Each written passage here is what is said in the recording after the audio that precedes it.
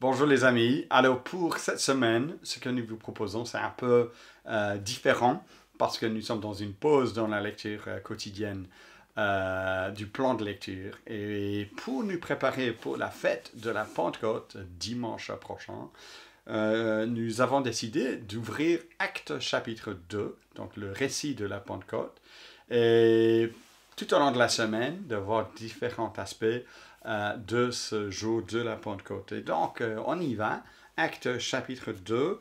Et je vais vous lire cette fois-ci. Donc, si vous avez le texte sous les yeux, ce serait utile de suivre. Acte 2, les 13 premiers versets, je lis dans la NBS. Donc, lisons ensemble. Lorsque arriva le jour de la Pentecôte, ils étaient tous ensemble en un même lieu. Tout d'un coup, il vint du ciel un bruit comme celui d'un violent coup de vent qui remplit toute la maison où ils étaient assis. Des langues leur apparurent qui semblaient de feu et qui se séparaient les unes des autres.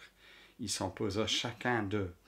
Ils furent tous remplis d'Esprit Saint et se mirent à parler en d'autres langues, selon ce que l'Esprit leur donnait d'énoncer.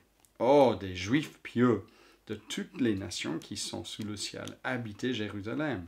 Au bruit qui se produisit, la multitude accourut et fut bouleversée, parce que chacun les entendait parler dans sa propre langue. Étonné, stupéfait, il disait, ces gens qui parlaient ne sont-ils pas tous galiléens? Comment se fait-il que chacun de nous les entende dans sa langue maternelle? Parthes, Mèdes, Élamites, habitants de Mésopotamie, de Judée, de Cappadoce, du Pont d'Asie, de Phrygie, de Pamphylie, d'Égypte, de Libye, Syrianiques, citoyens romains, juifs et prosélytes, crétois et arabes, nous les entendons dire dans notre langue les œuvres grandioses de Dieu. Tous étaient stupéfaits et perplexes. Ils se disaient les uns aux autres, qu'est-ce que cela veut dire? Mais d'autres se moquaient en disant, ils sont pleins de vin doux. Alors, juste quelques toutes petites réflexions à ce stade de ce récit. On va voir la suite pour demain et les jours qui suivent. Nous avons dans ces 13 premiers versets le récit de l'événement de la Pentecôte. Mais nous attendons, verset 14 suivant, l'explication de la Pentecôte. Et ça, c'est un principe pour interpréter de manière juste la Bible, d'attendre l'interprétation qui viendra avec l'explication, au lieu de tout essayer de décortiquer lorsque on lit l'événement en tant que tel. Parce que l'événement plus l'explication, c'est ce que j'ai appris quand j'étais à la fac, égale révélation, la révélation de Dieu. Et donc, dans l'événement, que voyons-nous? Mais je pense la chose juste à remarquer qui est tout à fait évidente, c'était un miracle. Il y a les 120 qui sont rassemblés à Jérusalem lors de la Pentecôte, déjà une fête juive, 50 jours après la Pâque. Ils commencent à parler en langue. Ici, il s'agit, et c'est clairement le cas, des langues compréhensibles que tous ces Juifs venant de toutes ces différentes parties de l'Empire romain ont pu comprendre dans leur propre langue.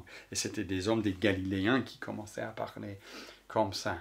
Mais ceci, donc, la Pentecôte chrétienne, ce qui se passe lors de cet grand jour, ce n'est pas quelque chose donc, pour nous tous à reproduire. C'est un événement exceptionnel, attendu. Et si nous allons dans le chapitre 1, nous allons voir que verset 8 du chapitre 1, le Seigneur Jésus dit, « Vous recevrez de la puissance quand l'Esprit Saint viendra sur vous.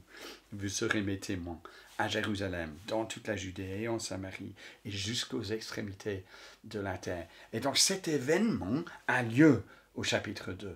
C'est un événement historique, mais fondateur pour la foi chrétienne, tout comme la croix, la résurrection, l'ascension de Jésus sont des événements fondateurs. Donc, ce n'est pas forcément à reproduire, mais nous allons voir que nous aussi, nous pouvons être remplis de l'Esprit Saint. Mais pour comprendre ça, nous allons attendre plus tard. Déjà à ce stade, soyons émerveillés que Dieu, dans sa grâce, a permis que cet événement ait lieu. que l'Esprit Saint descend. Il est descendu et les apôtres ont commencé, les 120 ont commencé à parler en langue, en attendant la suite pour comprendre ce que cela signifie.